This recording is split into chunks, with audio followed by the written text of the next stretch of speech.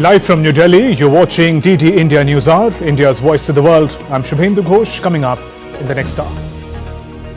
India's Prime Minister Narendra Modi embarks on a three-nation visit to Nigeria, Brazil and Guyana. Focus on bilateral ties, CARICOM and the G20 summit. Prime Minister Modi outlines his vision for modern India at HT Leadership Summit. Hails progress of the people, progress by the people, progress for the people. President Volodymyr Zelenskyy says Ukraine must do all it can to ensure war with Russia ends next year through diplomacy following Trump's US election win and Russia's battlefield games. US President Joe Biden and Chinese President Xi Jinping to meet in Lima, Peru, amid escalating trade tensions between the two countries.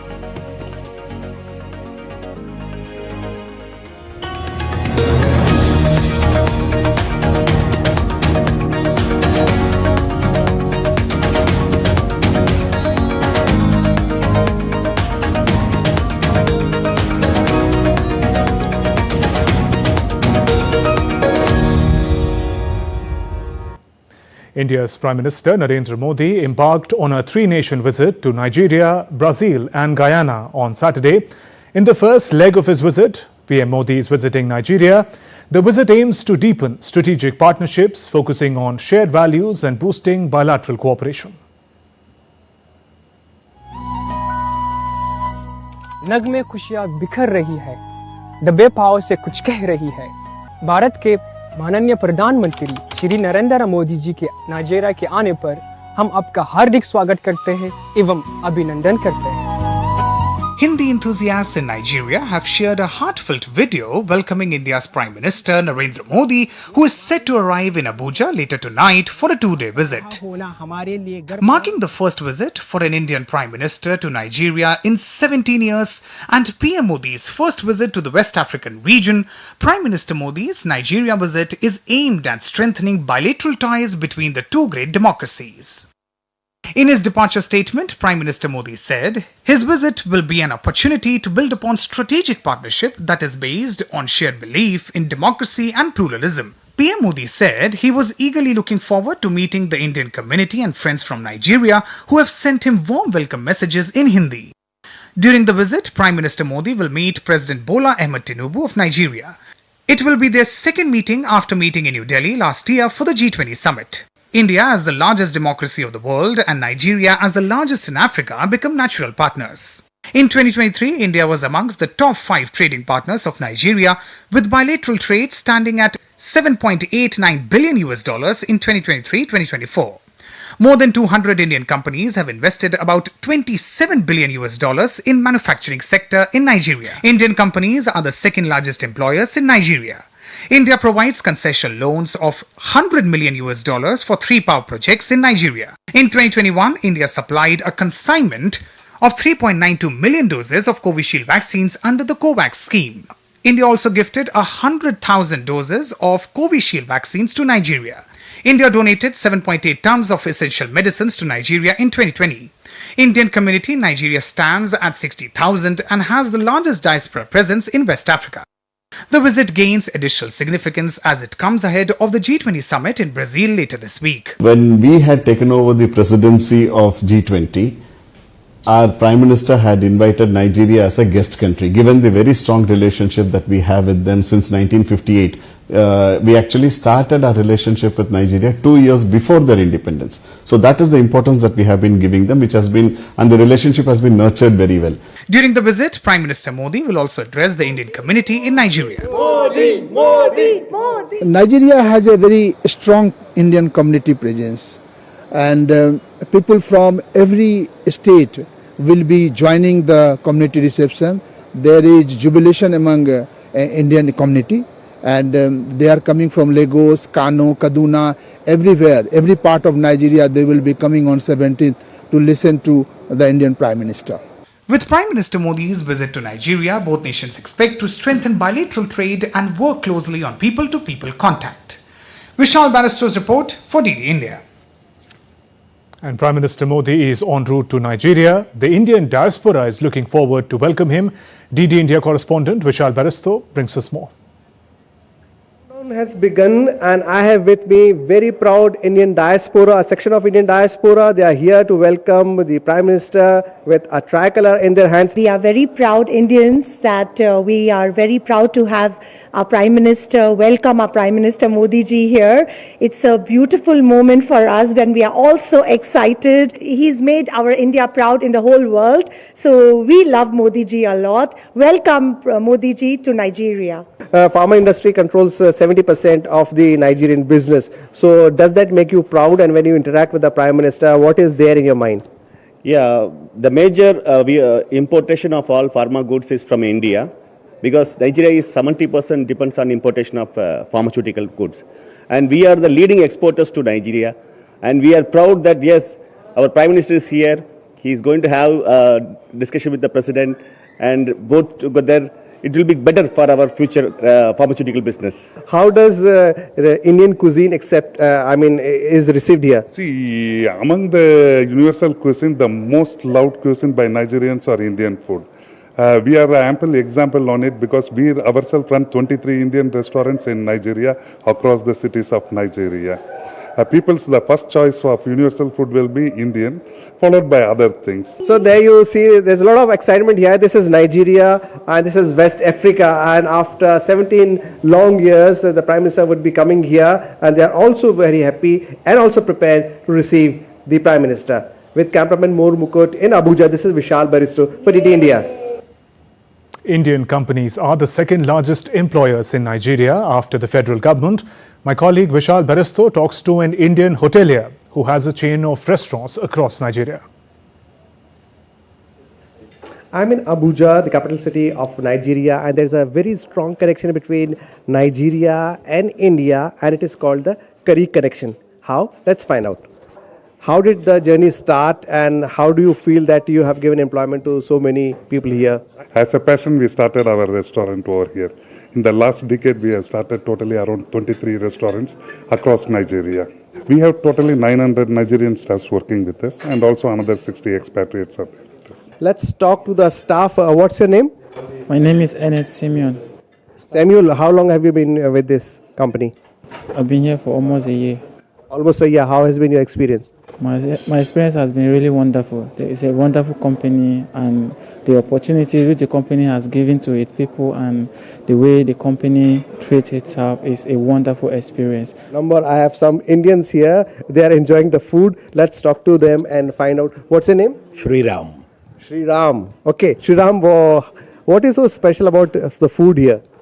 Food is amazing. I mean, it's taste of back home in India. So when you're so far away, 10,000 kilometers away from home, and you long for home food, Cilantro is the place to be. From back home from India, we are in Nigeria having our home food. We feel at home. The food is amazing. So there you heard from the lady. She's not the only one. There are many Indians, and especially the Nigerians, who enjoy the food here. But the important thing is that this man is not only minting money, yes, of course he is, but he's also giving employment to the local Nigerians and helping in the economy of the country. With cameraman Moor Mukut Sharma in Abuja, this is Vishal Baristo for DD India. And after Nigeria, Prime Minister Narendra Modi will head to Brazil's Rio de Janeiro to take part in the G20 summit. G20 is a grouping of the world's 20 biggest economies that includes European Union and for the first time, the African Union.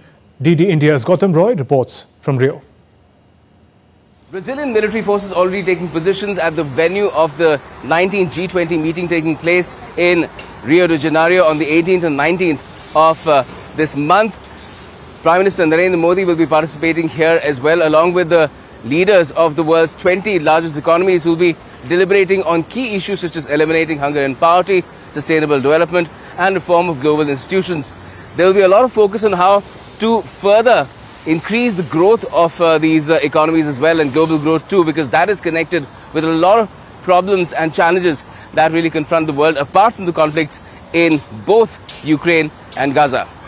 Brazil has pulled out all stops to ensure that the sites serving as venues for different G20 related events in Rio de Janeiro are secure.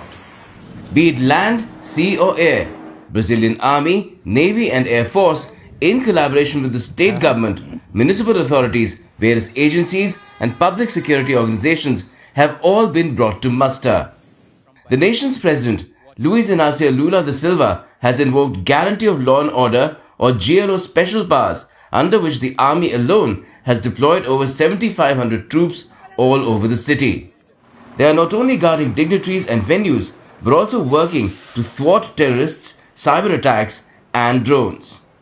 The Navy is providing maritime security by controlling access to cities' ports, safeguarding coastal areas, protecting critical infrastructure and supporting ground operations. Christ the Redeemer watches over Rio all the time. But for the G20 summit, where delegates of over 60 nations and heads of state and government of over 40 countries are gathering, nothing is being left to chance. Be it the air, the sea or the land, the Army, Navy and the Air Force are going to be watching all proceedings very, very closely to ensure that everything takes place very smoothly without any incident. With camera person Loknath, Gautam Roy, Rio, Brazil, DD India. On to some other stories. Ukraine's President Zelenskyy appears to be exploring all options at hand to reach an early end to the conflict with Russia.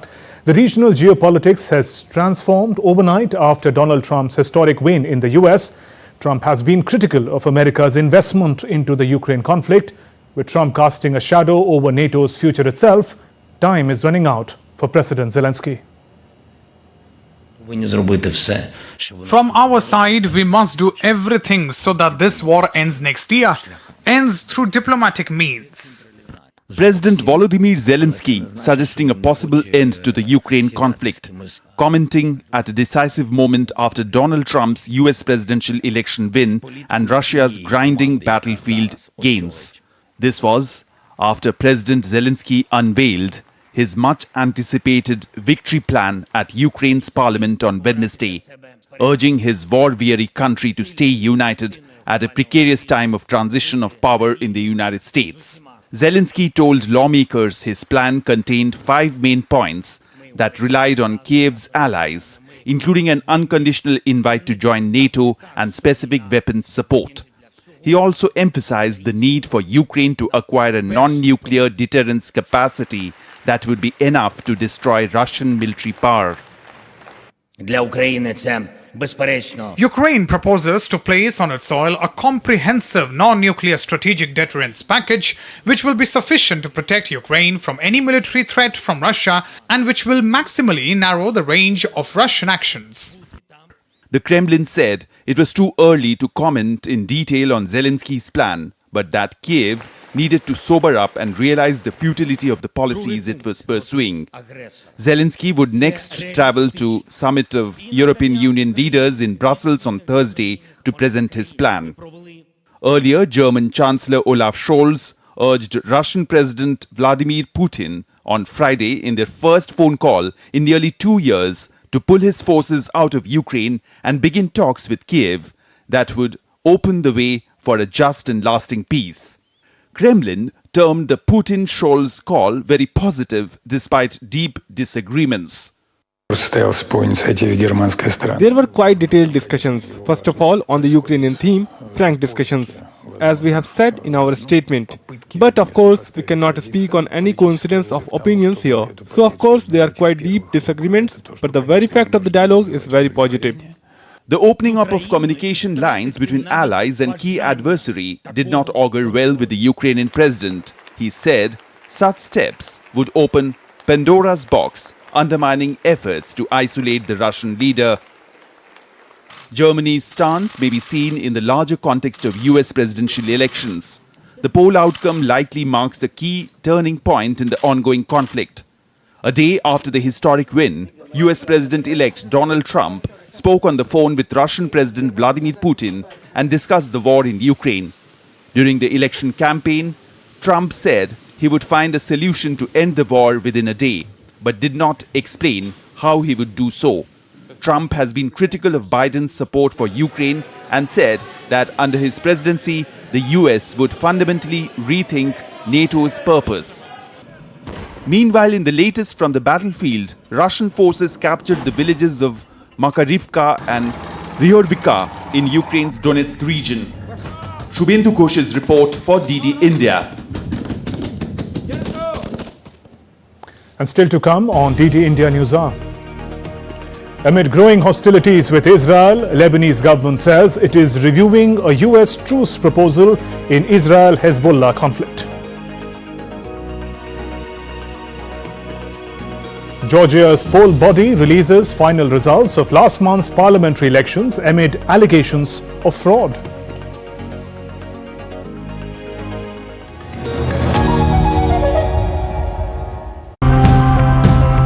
Our habitats are turning into concrete jungles, and that is concerning, but there is hope even in this grim reality. Our rivers are like lifelines. They are spaces for humans, for biodiversity, and yes, we have neglected them so far, but really that's an opportunity for us to restore them to their natural conditions. We now have species that can adapt by conserving the water they have instead of letting it evaporate and being easy to care for. We have always been farmers in my family. We used to do chemical farming with hybrid seed varieties, but now we have switched to organic farming with natural seeds. This embankment will be removed and the river will be widened to cover the grassland up to the wider flood embankments on both the Swiss and Austrian side.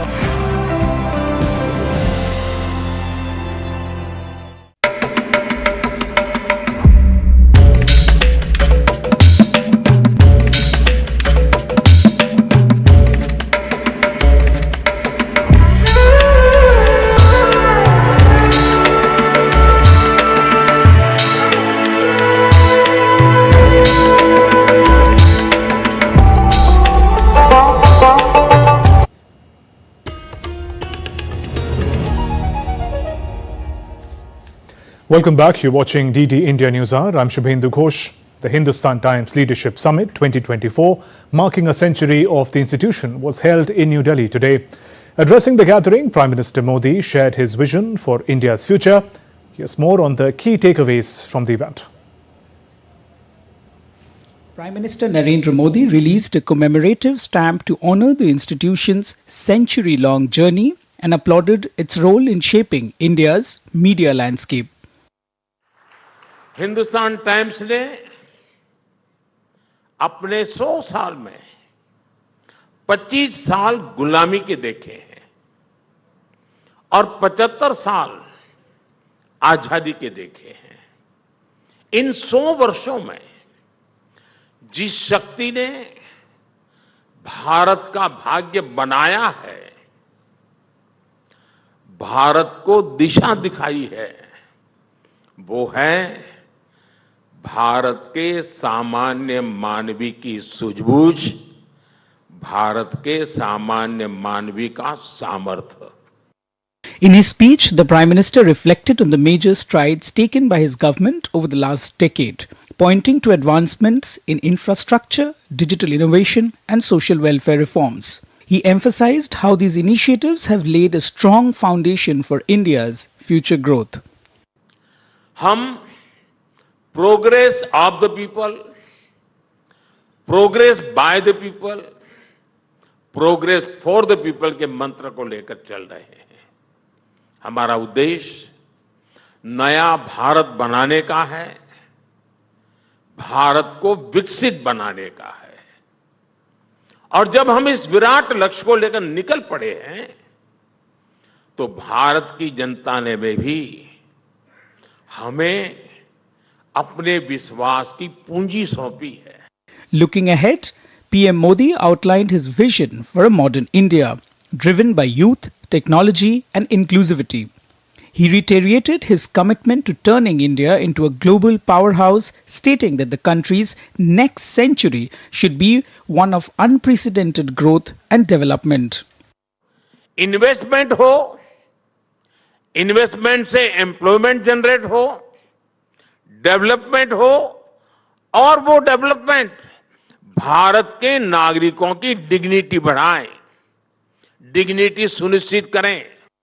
The three-day HT summit comes to a close on Saturday evening with participants and speakers from across the globe sharing their thoughts on various fields ranging from politics, economics, geopolitics and entertainment. Dibyendu Mondal's report for DD India. Now we move to West Asia. Israel launched airstrikes for the fourth consecutive day in the Hezbollah-controlled southern suburbs of Beirut. A top advisor to Iran's Supreme Leader Ali Khamenei visited Lebanon for talks. Earlier on Friday, Iran expressed support for Lebanon to secure a ceasefire with Israel. More in this report. The hostilities between Hezbollah and Israel continues. On Saturday, 2 Israeli strikes hit Hezbollah-controlled southern suburbs of Beirut. Early on Thursday, the US ambassador to Lebanon submitted a draft truce proposal to Lebanon's parliament speaker, who is endorsed by Hezbollah to negotiate. Whereas the Lebanese government said they were reviewing the US truce proposal in the Israel-Hezbollah conflict, but Israel has yet to respond to the plan. If an agreement is reached, Washington and Paris would issue a statement, followed by a 60-day truce during which Lebanon will redeploy troops southern border area near Israel. In a recent development, Hamas Political Bureau member Bassem Naim said that the group is ready for a ceasefire in Gaza and urged US President-elect Donald Trump to pressure Israel to end the aggression. Iran has expressed support for any decision made by Lebanon to secure a ceasefire with Israel. A day after the announcement, a senior advisor to Iran's Supreme Leader Ayatollah Ali Khamenei met Lebanese officials in Beirut. We are not seeking to disrupt anything. We are seeking to resolve issues. Under all circumstances, we stand in support of the people of Lebanon. Let us recognize our friends and enemies. Israel this week has stepped up airstrikes against the Hezbollah-controlled southern suburbs. Global powers have stated that a Lebanon ceasefire must be based on UN Security Council Resolution 1701, which ended the previous 2006 war between Hezbollah and Israel. Aman Kumar Himanshu's report for DD India. US President Joe Biden and Chinese President Xi Jinping are meeting in Lima, Peru, amid escalating trade tensions between the two countries. The next report explores what happened at the APEC summit in Lima. Significant meeting between US President Joe Biden and Chinese President Xi Jinping on the sidelines of the APEC summit in Peru's capital Lima. The meeting is taking place amidst the shadow of the escalating trade tensions between the two countries and US continuing support to Taiwan. The US President met with the leaders of Japan and South Korea on Friday, aiming to solidify diplomatic progress ahead of the upcoming Trump administration. We've now reached a moment of significant political change, and I congratulate the Prime Minister for taking office, and this is likely to be my last trilateral meeting with this important group, but I'm proud to have helped be one of the parts of building this partnership. I truly believe cooperation of our countries will be the foundation to peace and stability in the Indo-Pacific for many years to come if we stay together. In order to effectively respond to international challenges of intensifying complexity, our trilateral partnership has become more important than ever. I look forward to furthering our partnership in response against North Korea and in many other areas. Since the Camp David Leaders Summit last year, led by President Biden, our trilateral cooperation has become and is becoming stronger every day. The trilateral cooperation now goes beyond the security, as it has developed into comprehensive and institutional cooperation that encompasses economy, advanced technologies such as AI and quantum technology, as well as exchange between future generations. US Secretary of State Antony Blinken said the US counts on partnerships in the Asia-Pacific. We stepped up our engagement with APEC, including welcoming many of you to San Francisco last year, where we secured important new commitments toward creating a more resilient and sustainable future for all of us, like strengthening our food systems, increasing women's economic participation. Meanwhile, on the sidelines of the APEC forum, China's President Xi Jinping met fellow Asian leaders, including Japanese Prime Minister Shigeru Ishiba on Friday. Meanwhile, leaders including US President Joe Biden, Australian Prime Minister Anthony Albanese and Japan's Shigeru Ishiba arrived at the Peruvian government building for the opening dinner of the Asia-Pacific Economic Cooperation Summit in Lima. Bureau Report, DD India. Georgia's poll commission released final results of last month's parliamentary elections on Saturday. It confirmed the victory of the country's ruling party amid allegations of fraud. The Georgian Dream Party received 53.9% of the ballot, winning 89 seats in the 150-seat parliament. Hundreds of opposition supporters, meanwhile, staged a rally outside the Commission's headquarters against the disputed election results. A three-day special workshop for newly elected members of Parliament of Sri Lanka's 10th Parliament will be held from November 25th to 27th at the parliamentary premises. The workshop will focus on parliamentary procedures, session activities, committee functions, equipping the new MPs with the central knowledge to perform their roles effectively. This comes after the country's ruling National People's Power Coalition secured a decisive victory in the recent parliamentary elections. Registration for the newly elected MPs will take place on November 18th, 19th and 20th. The Sri Lankan Constitutional Council on Saturday has formally approved the appointment of Justice Murdu Nirupa Bindushene Fernando as the Chief Justice of Sri Lanka. The decision cemented her position as the head of the judiciary following her tenure as acting Chief Justice.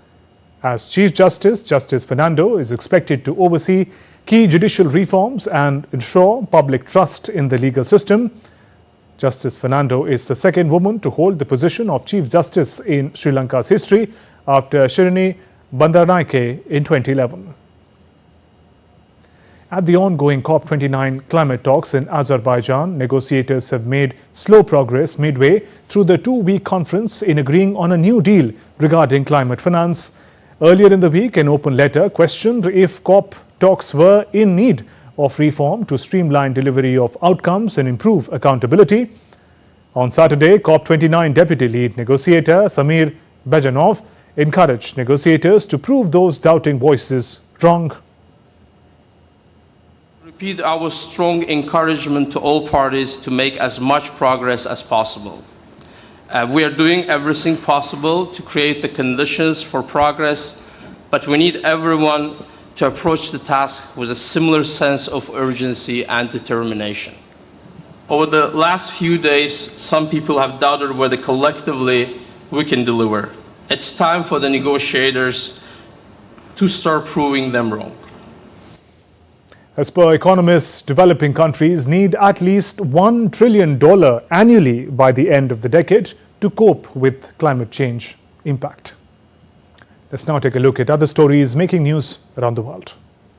Indonesia and Australia wrapped up live fire drills on Saturday in eastern Java, marking the conclusion of the four-day Keres Vomera exercise.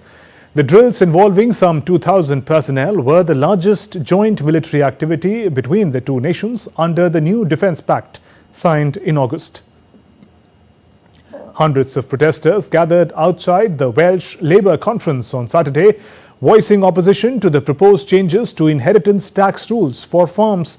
The demonstration, which included dozens of tractors and farm vehicles parked on the promenade outside the venue Semeru, came as Prime Minister defended his government's recent budget measures.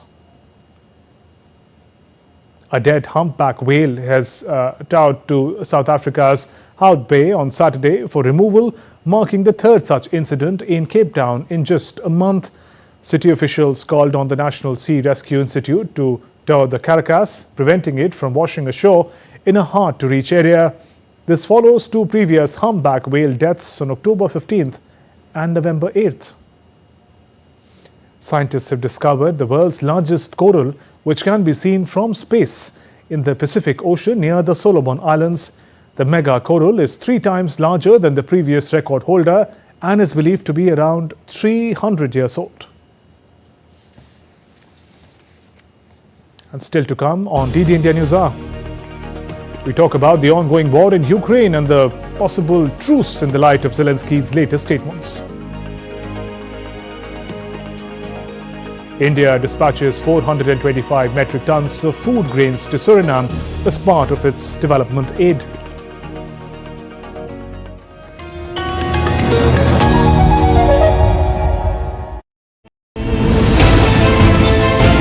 Geopolitics and trade deals. Economic challenges amid development. Hard work and the path to prosperity.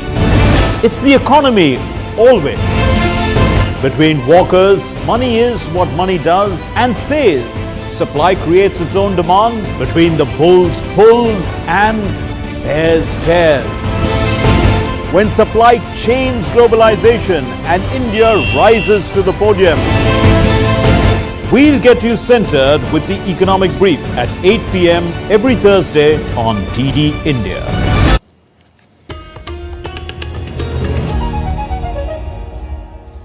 You're watching DD India News Hour. I'm Shubhendu Ghosh. Our top stories. India's Prime Minister Narendra Modi embarks on a three-nation visit to Nigeria, Brazil and Guyana. Focus on bilateral ties, CARICOM and the G20 summit.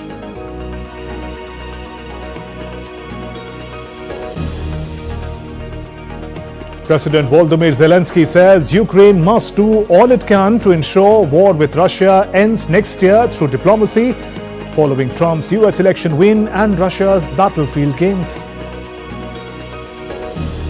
And US President Joe Biden and Chinese President Xi Jinping to meet in Lima, Peru, amid escalating trade tensions between the two countries.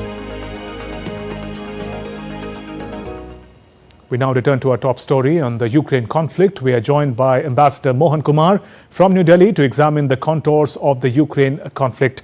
Good evening and welcome, Ambassador Kumar. Now, in the span of a day, Ukraine President talks about diplomacy and also a victory plan vis-a-vis the conflict with Russia.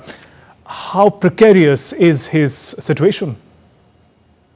Thank you very much for having me. No, it's very clear that something is shifting in the conflict in Ukraine. I think you could attribute the trigger factor to the election of Donald Trump as the next president of the United States. But clearly, the Ukrainian president Zelenskyy has read the writing on the wall and he's talking about a diplomatic solution. I want to say that the situation on the war front, on the battleground, is also not favorable to Ukraine. October is a month in which Ukraine has lost the maximum amount of land since the war began in February, March 2022.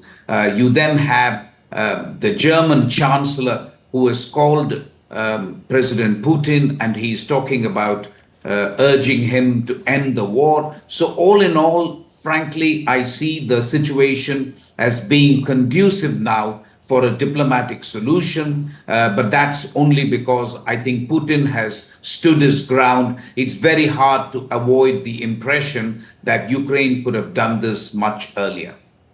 Ambassador Kumar, in view of the German Chancellor calling Putin, communication lines are opening up despite President Zelenskyy talking about isolating President Putin. Is it a sign of the center of gravity, of center of importance shifting from Ukraine and its leadership?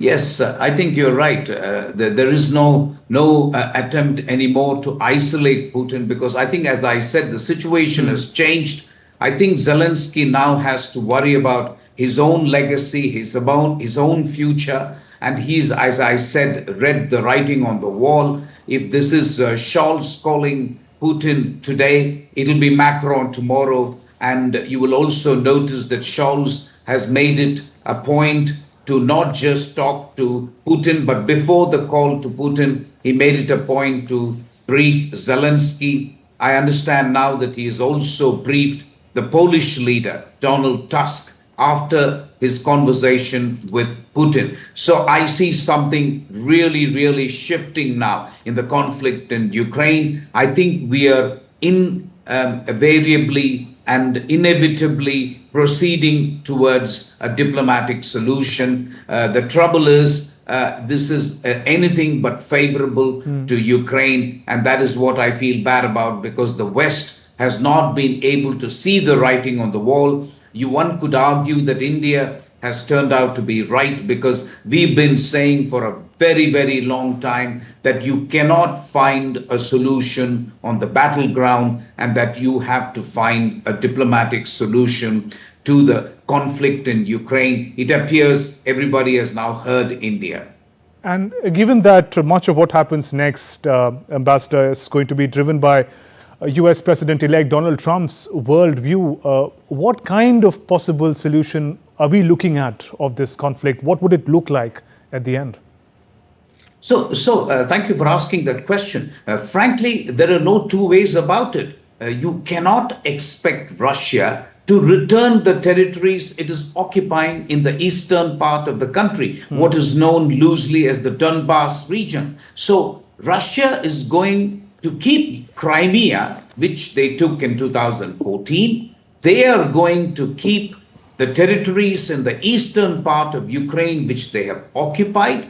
And then the negotiations are essentially going to center on whether Ukraine will be part of NATO or not, whether the sanctions on Russia will be lifted or not, and what kind of a Ukraine will be left with to join the European Union at best. Frankly, these are the three things which are negotiable. I don't think negotiation is going to include land. It's not a land for peace situation.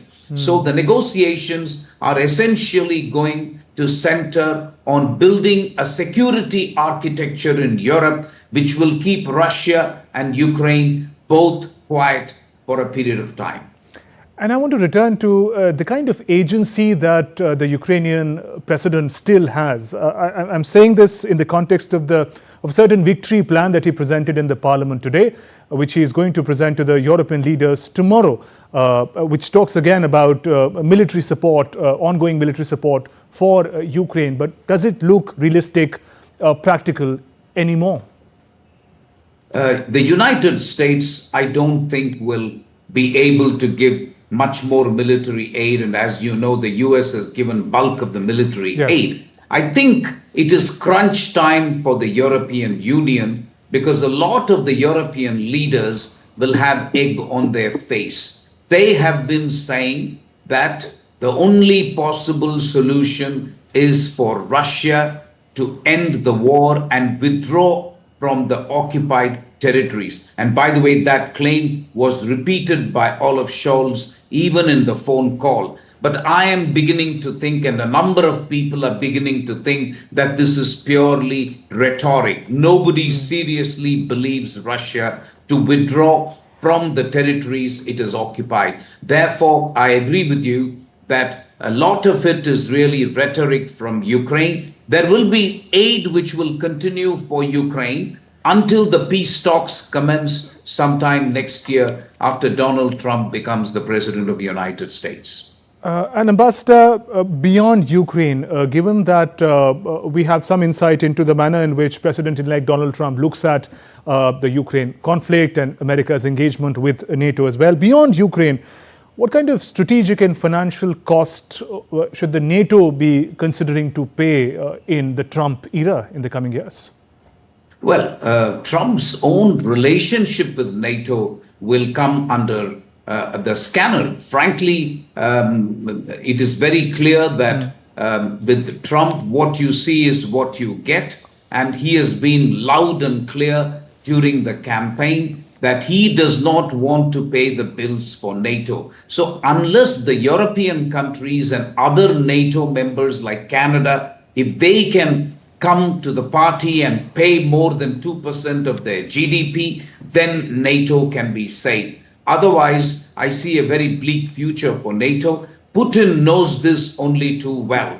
Putin is a shrewd observer of the international strategic landscape, and he knows that this is the right time to do a deal. The problem I see is how the Europeans, who have started ratcheting up the pressure over the last 1 year, they will now have to somehow do a climb down. And that is not easy because they went on saying that we will support Ukraine as long as it takes, etc., etc. But now that Zelenskyy has said it must end through a diplomatic solution, focus will quickly now shift to what kind of a diplomatic solution is acceptable to both sides, in particular to Zelenskyy and his European patrons. And in this impending flux in the West-led global order, do you see a certain advantage Putin, Russia? Absolutely. I really believe that Putin has stood his ground Everybody knew that if this was going to turn out to be a war of attrition, Russia will ultimately prevail because they've got more material, they've got more men, and they've got more resources. It's simply a much bigger country. But from India's perspective, I also believe the ending of the war is good news because, frankly, it was beginning to hurt the global economy and in turn our economy. So the ending of the war is something that will be welcomed by countries of the global south. Ambassador Mohan Kumar, thank you very much for joining us on the News Hour, sharing your perspective. The Press Council of India has organized an event to mark the National Press Day in New Delhi on Saturday. Union Minister for Information and Broadcasting, Ashwini Vaishnav, attended the event virtually as a chief guest. He highlighted India's vibrant, diverse media ecosystem, which includes some 35,000 registered newspapers, numerous news channels, and a robust digital infrastructure. The minister added that investments in 4G and 5G networks have propelled India to the forefront of digital connectivity with the lowest data prices globally. Our country, the mother of democracy, houses as many as 35,000 registered daily newspapers. There are thousands of news channels and a rapidly expanding digital ecosystem which is reaching the crores of citizens via mobile and internet. The investments made in digital infrastructure have propelled India among the top countries with 4G and 5G networks.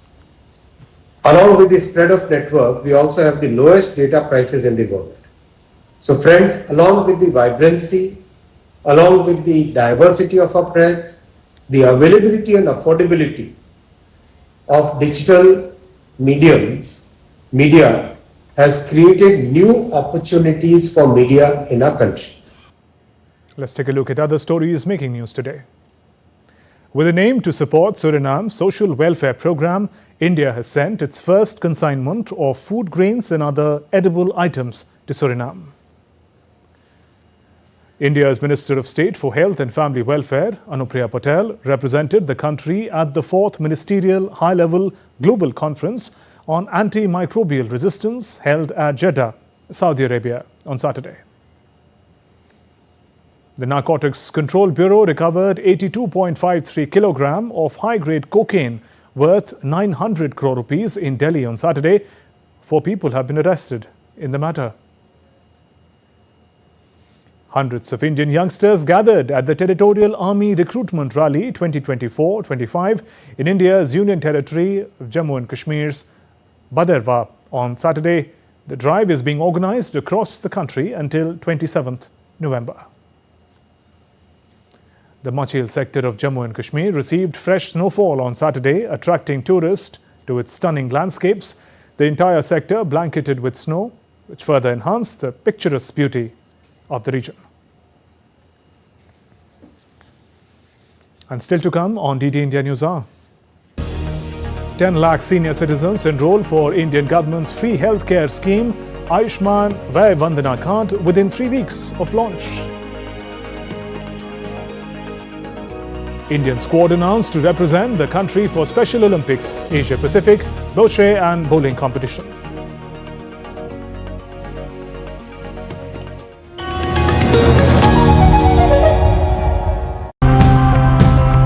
Our habitats are turning into concrete jungles, and that is concerning, but there is hope even in this grim reality. Our rivers are like lifelines. They are spaces for humans, for biodiversity, and yes, we have neglected them so far, but really that's an opportunity for us to restore them to their natural conditions. We now have species that can adapt by conserving the water they have instead of letting it evaporate and being easy to care for. We have always been farmers in my family. We used to do chemical farming with hybrid seed varieties, but now we have switched to organic farming with natural seeds. This embankment will be removed and the river will be widened to cover the grassland up to the wider flood embankments on both the Swiss and Austrian side.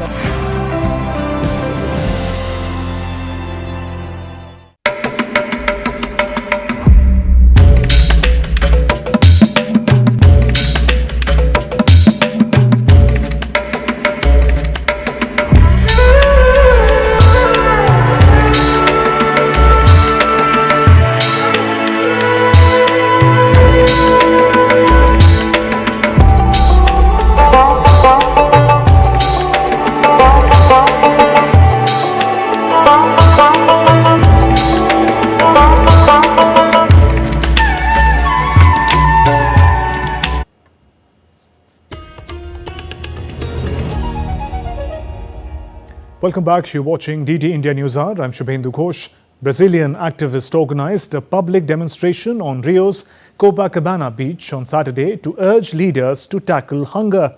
Activist group displayed 733 empty plates to call on world leaders at the G20 summit to commit to combating global hunger. The plates symbolize 733 million people who suffered from hunger in 2023, as reported by the United Nations. The event occurred a day after Brazil launched the Global Alliance for Hunger at the G20 summit on Friday. Director of the organizing body suggested the alliance could serve as a tool to battle hunger worldwide.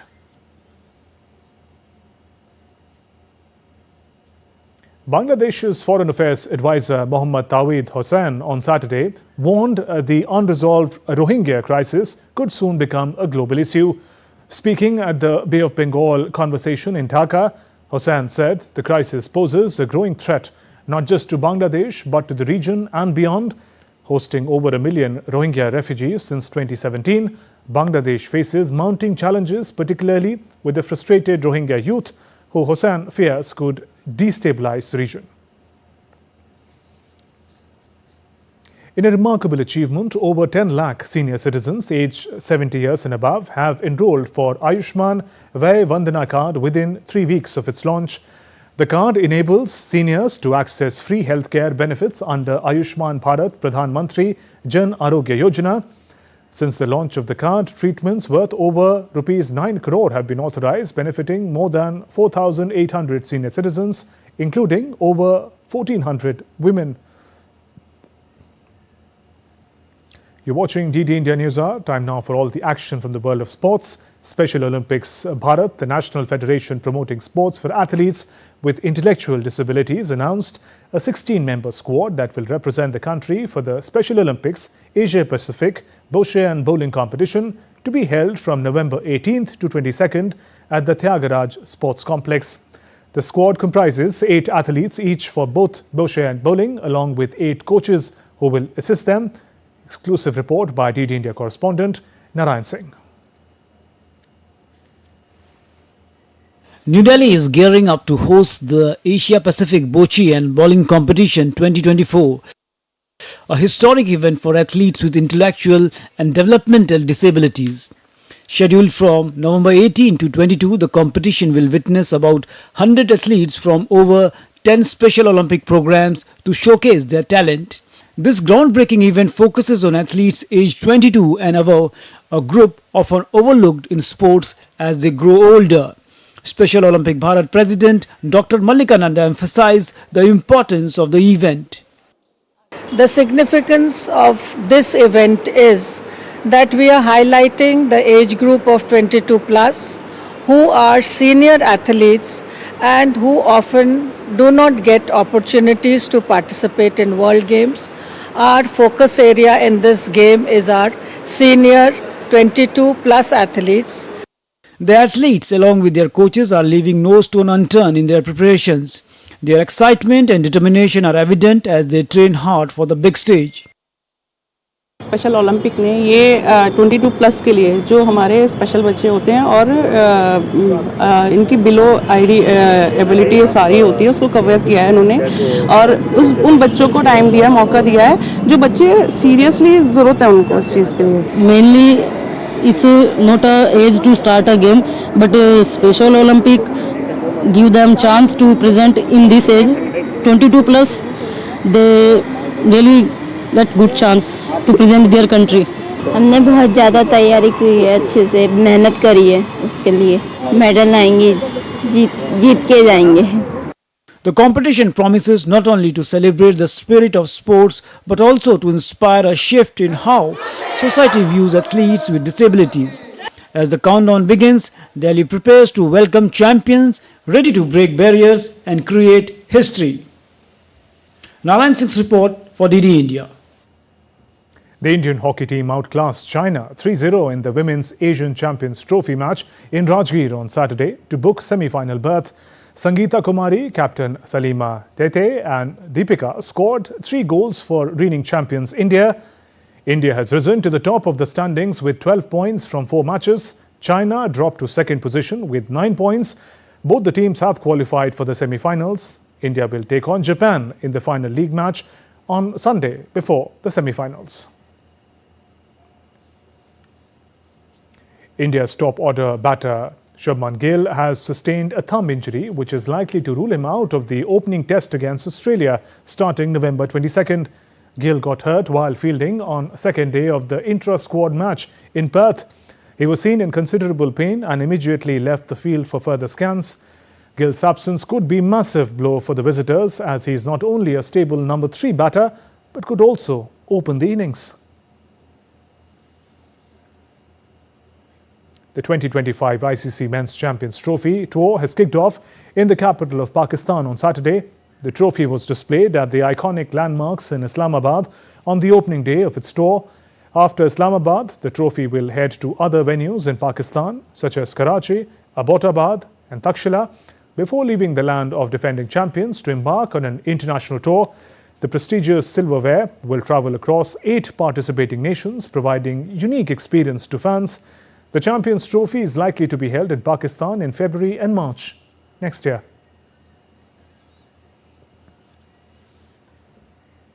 That's all for this edition of DD India News Hour. Let us know your thoughts on the news of the day.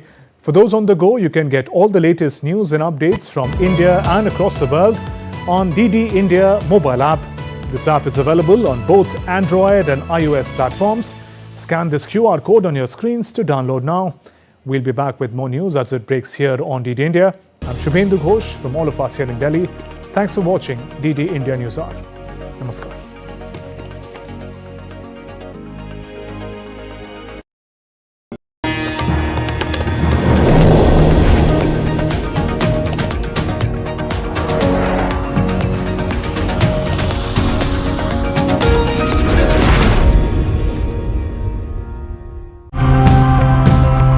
Our habitats are turning into concrete jungles, and that is concerning, but there is hope even in this grim reality. Our rivers are like lifelines. They are spaces for humans, for biodiversity, and yes, we have neglected them so far, but really that's an opportunity for us to restore them to their natural conditions. We now have species that can adapt by conserving the water they have instead of letting it evaporate and being easy to care for. We have always been farmers in my family. We used to do chemical farming with hybrid seed varieties. But now, we have switched to organic farming with natural seeds.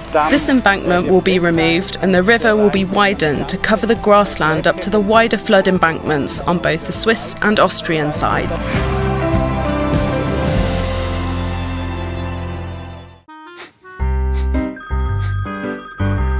Sir आपका KYC update करना है, नहीं तो account और ATM card block हो जाएगा। सावधान सावधान। 2.5 करोड़ का इनाम मुझे। देखिए, अनजाने कॉल्स, फर्जी ईमेल्स, लिंक्स और जाली ऐप से अपना पिन, ओटीपी, पासवर्ड कभी भी किसी के साथ शेयर न करें। आप रहेंगे सावधान तो नहीं होगा नुकसान। आरबीआई कहता है जानकार बनिए, सतर्क रहिए।